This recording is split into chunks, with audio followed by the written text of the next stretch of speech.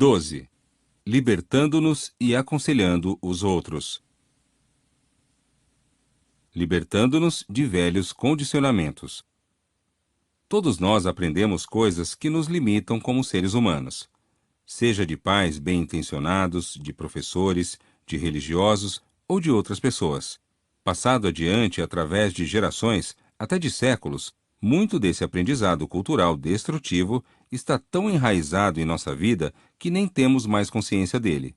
Num de seus números, o comediante Buddy Hackett, criado comendo a comida pesada da mãe, afirmou que, até ter entrado para o exército, nunca tinha percebido que era possível deixar a mesa sem sentir azia. Da mesma maneira, a dor ocasionada por condicionamentos culturais nocivos é uma parte tão integrante de nossa vida que não conseguimos mais perceber sua presença. É preciso muita energia e consciência para reconhecer esse aprendizado destrutivo e transformá-lo em pensamentos e atitudes que valorizam e servem a propósitos da vida. Isso requer uma competência diferenciada para lidar com as necessidades e a capacidade de entrar em contato com nós mesmos. Ambas as coisas são difíceis para as pessoas de nossa cultura. Não só nunca fomos educados para compreender nossas necessidades, como somos frequentemente expostos a uma formação cultural que bloqueia ativamente essa nossa consciência. Como mencionei antes, herdamos uma linguagem que serviu a reis e a elites poderosas em sociedades baseadas na dominação. As massas foram desencorajadas de desenvolver a consciência de suas próprias necessidades. Ao contrário, foram educadas para serem dóceis e subservientes à autoridade. Nossa cultura implica que as necessidades são negativas e destrutivas. A palavra necessitada, quando aplicada a uma pessoa, sugere que ela é inadequada ou imatura. Quando as pessoas expressam suas necessidades, frequentemente são rotuladas de egoístas, e o uso do pronome pessoal eu, muitas vezes, é considerado um sinal de egoísmo ou de carência. Ao nos encorajar a separar a observação da avaliação, a reconhecer os pensamentos e necessidades que dão forma a nossos sentimentos e a expressar nossos pedidos em linguagem clara e proativa, a CNV aumenta a nossa consciência do condicionamento cultural que nos influencia em qualquer instante. E trazer esse condicionamento à luz da consciência é um passo fundamental para quebrar seu domínio sobre nós. Podemos nos libertar do condicionamento cultural. Resolvendo conflitos interiores. Podemos aplicar a CNV para resolver os conflitos interiores que frequentemente resultam em depressão. No livro Revolution in Psychiatry, Ernest Becker atribui a depressão a alternativas cognitivamente reprimidas. Isso significa que, quando transcorre dentro de nós um diálogo impregnado de julgamentos, nos tornamos alienados daquilo que precisamos, por isso, impedidos de agir para atender a essas necessidades. A depressão é indicativa de um estado de alienação de nossas necessidades. Uma mulher que estudava a CNV estava sofrendo de um surto profundo de depressão.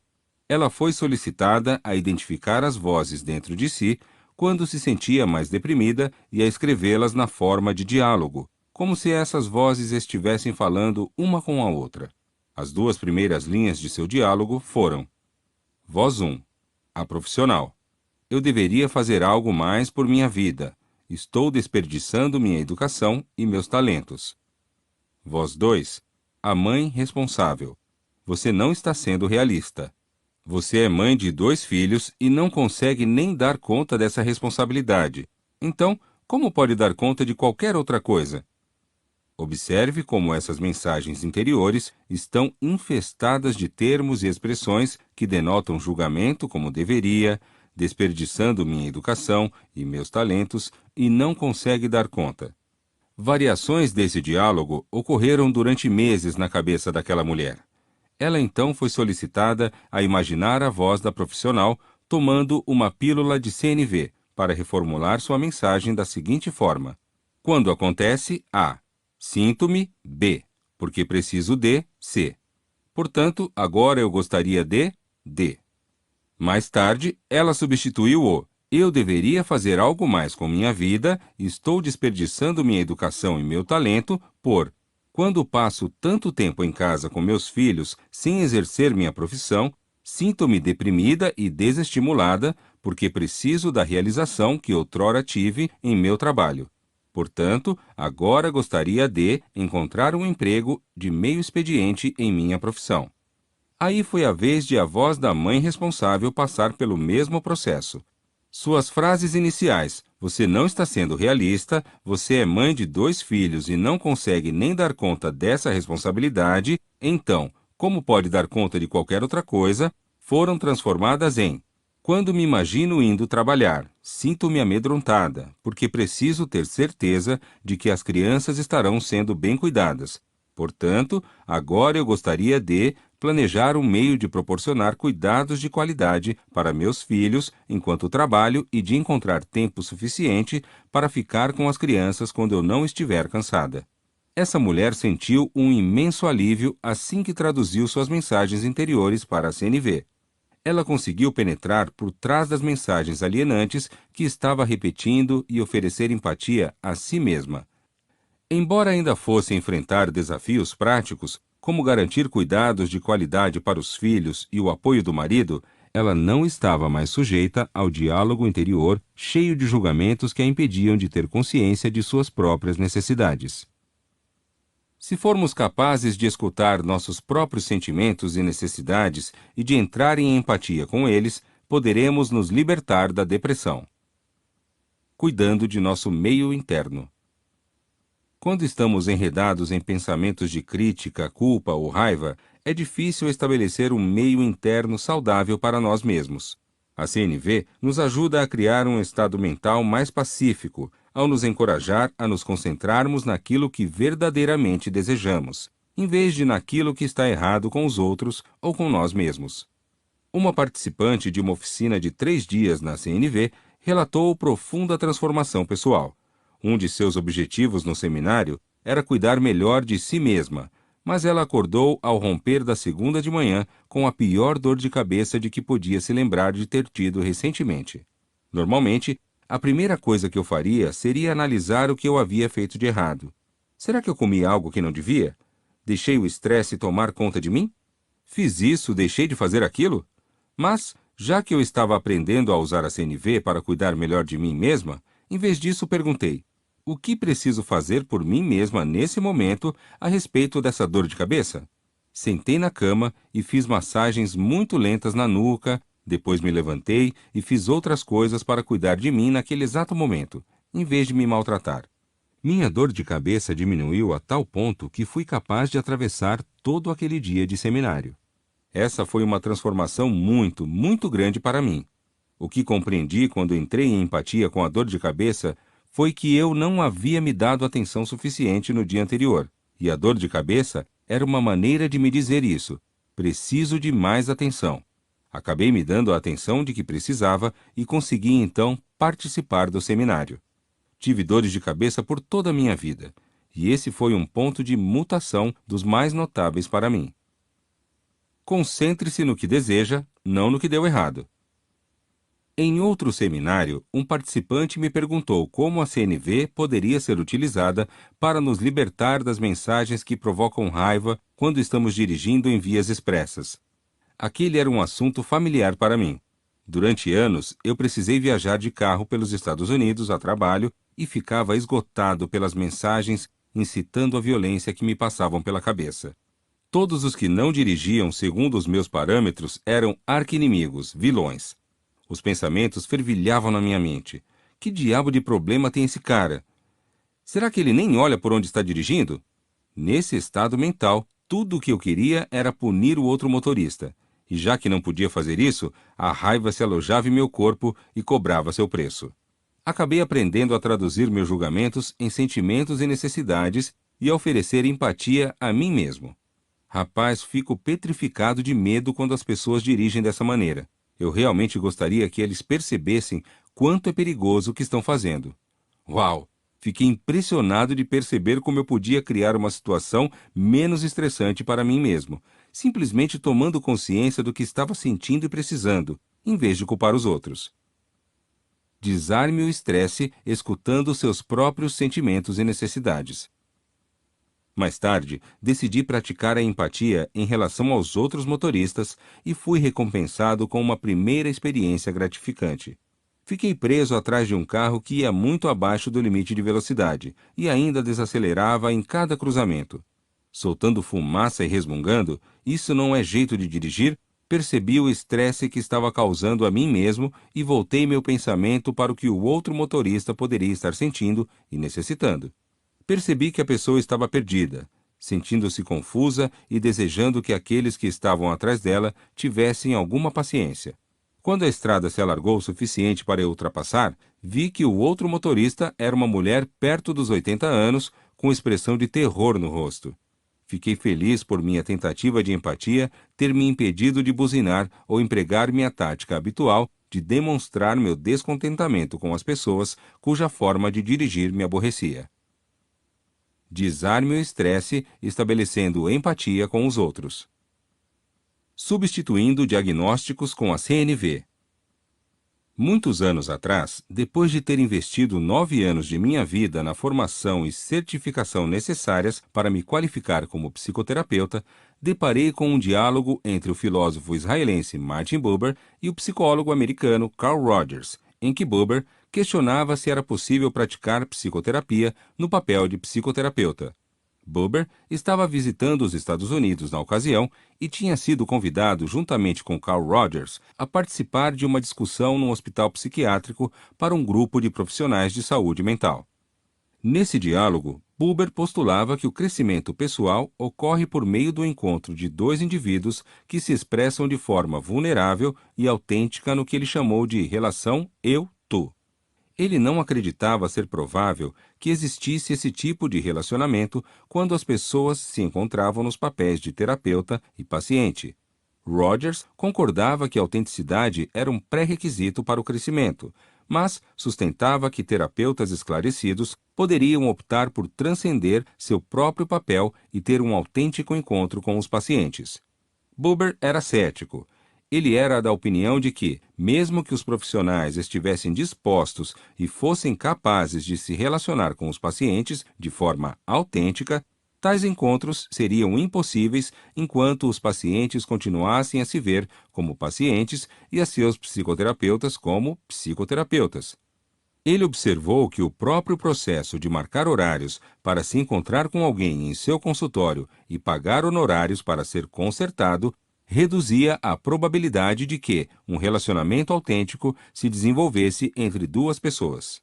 Esse diálogo lançou luz sobre a própria ambivalência que eu tivera durante muito tempo com relação ao distanciamento clínico, uma regra sacrossanta na terapia psicanalítica que me fora ensinada. Normalmente, trazer os próprios sentimentos e necessidades para a psicoterapia era considerado um sinal patológico por parte do terapeuta. Psicoterapeutas competentes deveriam ficar de fora do processo da terapia e funcionar apenas como um espelho, no qual os pacientes deveriam projetar suas transferências, que então deveriam ser trabalhadas com a ajuda do psicoterapeuta. Eu compreendia a teoria por trás de se manter os processos interiores do psicoterapeuta fora da terapia e de se proteger contra o perigo de abordar conflitos interiores à custa do paciente. Entretanto, eu sempre me sentira desconfortável ao manter a distância emocional necessária e ainda por cima acreditava nas vantagens de trazer a mim mesmo para dentro do processo.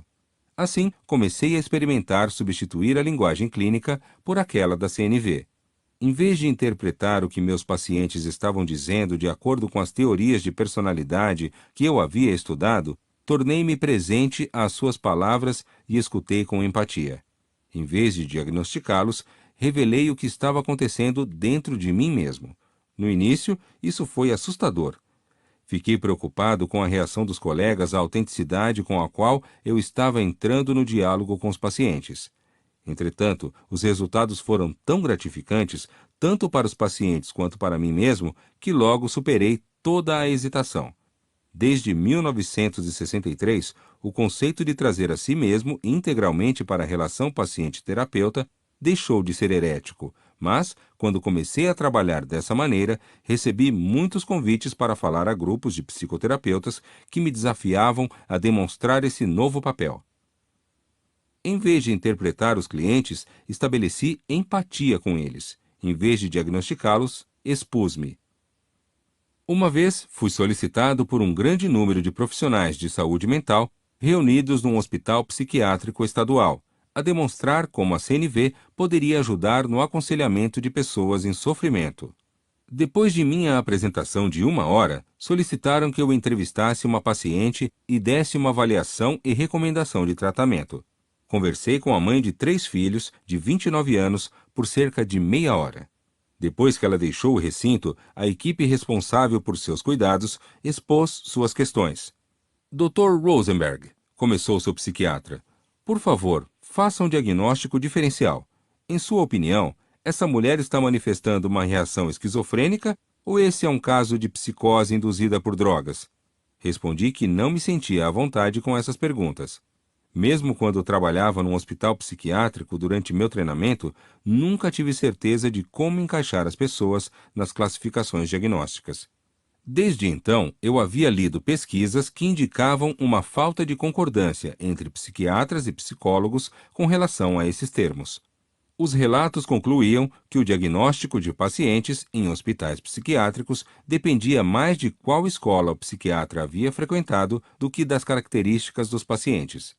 Eu relutaria em aplicar esses termos. Continuei, mesmo que houvesse um uso consistente, porque não conseguia ver como eles poderiam beneficiar os pacientes. Na medicina alopática, identificar precisamente o processo patológico que criou a doença muitas vezes dá uma direção clara ao tratamento, mas eu não percebia essa mesma relação no campo que chamamos de saúde mental. Em minha experiência, em reuniões para discussão de casos em hospitais, a equipe gastava a maior parte do tempo deliberando a respeito do diagnóstico. Quando o tempo disponível ameaçava se esgotar, o psiquiatra responsável pelo caso poderia solicitar aos demais que o ajudassem a elaborar um plano de tratamento. Com frequência, essa solicitação era ignorada, em favor de mais discussão acerca do diagnóstico. Expliquei ao psiquiatra que, em vez de pensar em termos do que há de errado com um paciente, a CNV me estimula a fazer a mim mesmo as seguintes perguntas: o que essa pessoa está sentindo? Do que ela precisa? Como estou me sentindo em relação a essa pessoa e que necessidades estão por trás desses sentimentos? Que ação ou decisão eu pediria a essa pessoa para tomar, acreditando que isso a faria viver mais feliz? Uma vez que nossas respostas a essas perguntas revelariam muito de nós mesmos e de nossos valores, nos sentiríamos muito mais vulneráveis do que se fôssemos simplesmente diagnosticar a outra pessoa. Em outra ocasião, fui chamado a demonstrar como a CNV poderia ser ensinada a pessoas diagnosticadas como esquizofrênicas crônicas. Com cerca de 80 psicólogos, psiquiatras, assistentes sociais e enfermeiros assistindo, 15 pacientes assim, diagnosticados, foram reunidos no palco. Quando me apresentei e expliquei a finalidade da CNV, um dos pacientes expressou uma reação que pareceu irrelevante ao que eu estava dizendo. Ciente de que ele havia sido diagnosticado como esquizofrênico crônico, sucumbi à mentalidade clínica e presumi que minha incapacidade de compreendê-lo se devia à sua confusão mental. Você parece estar tendo dificuldades para acompanhar o que estou dizendo, observei. Então, outro paciente interveio. Eu compreendo o que ele está dizendo.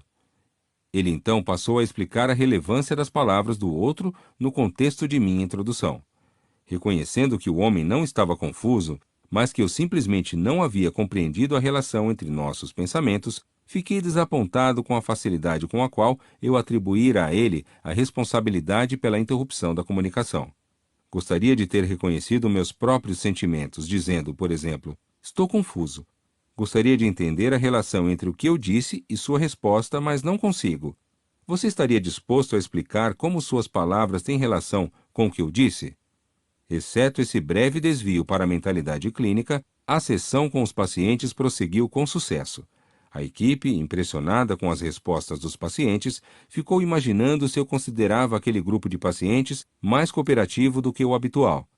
Respondi que, quando eu evitava diagnosticar as pessoas e, em vez disso, permanecia conectado à vida que acontecia dentro delas e em mim mesmo, as pessoas geralmente respondiam de forma positiva.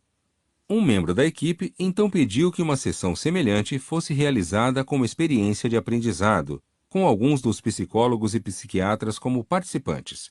Nisso, os pacientes que estavam no palco trocaram de lugar com vários voluntários na plateia. Ao trabalhar com a equipe, tive muitas dificuldades para explicar a um psiquiatra a diferença entre a compreensão intelectual e a empatia da CNV. Sempre que alguém do grupo expressava seus sentimentos, ele oferecia sua compreensão da dinâmica psicológica desses sentimentos, em vez de entrar em empatia com eles. Quando isso aconteceu pela terceira vez, um dos pacientes na plateia explodiu. Você não vê que está fazendo de novo? Você está interpretando o que ela está dizendo em vez de entrar em empatia com seus sentimentos. Ao adotarmos as habilidades e a consciência da CNV, podemos aconselhar os outros em encontros que são genuínos, abertos e mútuos, em vez de recorrermos a relações profissionais caracterizadas pelo distanciamento emocional, diagnósticos e hierarquia. Resumo: a CNV melhora a comunicação interior, ao nos ajudar a traduzir mensagens internas negativas em sentimentos e necessidades. Nossa capacidade de distinguir nossos próprios sentimentos e necessidades e de entrar em empatia com eles pode nos libertar da depressão. Podemos então reconhecer o elemento de escolha em todas as nossas ações. Ao mostrar como nos concentrarmos naquilo que realmente desejamos, em vez de naquilo que há de errado com os outros ou com nós mesmos, a CNV nos dá as ferramentas e a compreensão de que precisamos para criar um estado mental mais pacífico. Profissionais de aconselhamento e psicoterapia também podem utilizar a CNV para criar relacionamentos com os pacientes que sejam mútuos e autênticos. A CNV em ação. Lidando com ressentimentos e julgamentos que fazemos de nós mesmos. Um estudante de comunicação não violenta compartilha a seguinte história. Eu acabara de voltar de meu primeiro seminário residencial em CNV. Uma amiga que eu não encontrava havia 2 anos estava me esperando em casa. Iris fora bibliotecária de escola durante 25 anos. Encontrei-a pela primeira vez durante uma difícil trilha pela floresta que havia culminado num jejum solitário de 3 dias nas montanhas. Depois de escutar minha descrição entusiasmada da CNV, Iris revelou que ela ainda estava magoada com o que uma das líderes da jornada havia dito a ela 6 anos antes. Eu me lembrava claramente daquela pessoa, Lívia, o bicho do mato, com as palmas das mãos sulcadas de cortes provocados pelas cordas que haviam segurado firmemente seu corpo contra a montanha. Ela interpretava excrementos de animais, uivava no escuro, dançava sua alegria, gritava sua verdade e mostrou as nádegas para nosso ônibus quando nos despedimos pela última vez. O que Iris ouvira a Lívia dizer durante uma das sessões de verdade pessoal foi o seguinte: Iris, não suporto gente como você, sempre nojenta de tão gentil e doce, o tempo todo a frágil bibliotecariazinha que você é. Por que você simplesmente não deixa isso e segue em frente? Durante 6 anos, Iris ouvira a voz de Lívia na cabeça e durante todo esse tempo ela estivera respondendo a Lívia mentalmente. Estávamos ambos ansiosos para descobrir como uma consciência da CNV poderia afetar aquela situação. Interpretei o papel de Lívia e repeti sua frase para Iris. Iris, esquecendo-se da CNV, houve crítica e recriminação. Você não tem o direito de me dizer isso. Você não sabe que tipo de pessoa ou de bibliotecária eu sou. Levo minha profissão a sério e, para sua informação, me considero uma educadora, assim como qualquer professora. Eu, com a consciência da CNV, escutando com empatia, como se fosse Lívia. Está me parecendo que você está com raiva, porque quer que eu conheça e reconheça quem você realmente é antes de criticá-la. É isso mesmo? Iris, isso mesmo. Você simplesmente não tem nem ideia de quanto me custou só me inscrever para essa trilha. Olhe, aqui estou eu. Consegui terminar, não é? Enfrentei todos os desafios desses 14 dias e os superei todos. Eu, como Lívia, estou escutando que você se sente magoada e teria gostado de obter algum reconhecimento e valorização por todo o trabalho duro e pela coragem que demonstrou? Seguiram-se algumas trocas de palavras a mais, depois das quais Iris mostrou uma mudança. Essas mudanças, muitas vezes, podem ser observadas fisicamente quando uma pessoa sente-se escutada como desejava. Por exemplo, a pessoa pode relaxar e respirar mais fundo nesse momento. Isso com frequência indica que a pessoa recebeu empatia adequada e pode agora desviar sua atenção para outra coisa que não o sofrimento que estivera expressando. Às vezes, elas estão prontas para ouvir os sentimentos e necessidades de outros. Outras vezes, é preciso mais uma rodada de empatia para atender a outra área de sofrimento na pessoa. Nessa situação com Iris, pude perceber que havia outra parte dela que precisava de atenção antes que fosse capaz de escutar Lívia. Iris tivera 6 anos de oportunidade para se recriminar por não ter dado uma resposta honrada no próprio local. Depois da mudança sutil, ela imediatamente continuou. Iris, que diabos, eu devia ter dito tudo isso a ela 6 anos atrás. Eu, como eu mesmo, um amigo em empatia. Você está frustrada porque gostaria de ter se articulado melhor na ocasião? Iris, sinto-me uma idiota. Eu sabia que não era uma frágil bibliotecariazinha. Mas por que não disse isso a ela? Eu? Então você gostaria de ter estado em conexão consigo mesma o bastante para dizer isso? Iris, sim. E também estou furiosa comigo mesma. Gostaria de não ter deixado que ela me tratasse daquele jeito. Eu? Você gostaria de ter sido mais positiva do que foi? Iris, exatamente. Preciso me lembrar de que tenho o direito de me orgulhar daquilo que sou. Iris ficou calada por alguns segundos. Então disse estar pronta para praticar a CNV e escutar de forma diferente o que Lívia lhe disse. Eu, como Lívia. Iris, não suporto gente como você, sempre nojenta de tão gentil e doce. O tempo todo a frágil bibliotecariazinha que você é. Por que você simplesmente não deixa disso e segue em frente?